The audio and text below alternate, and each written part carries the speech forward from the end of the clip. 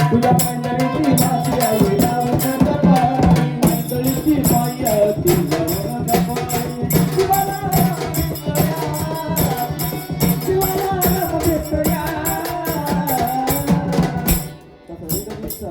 अगाई तुझं रूप पाहून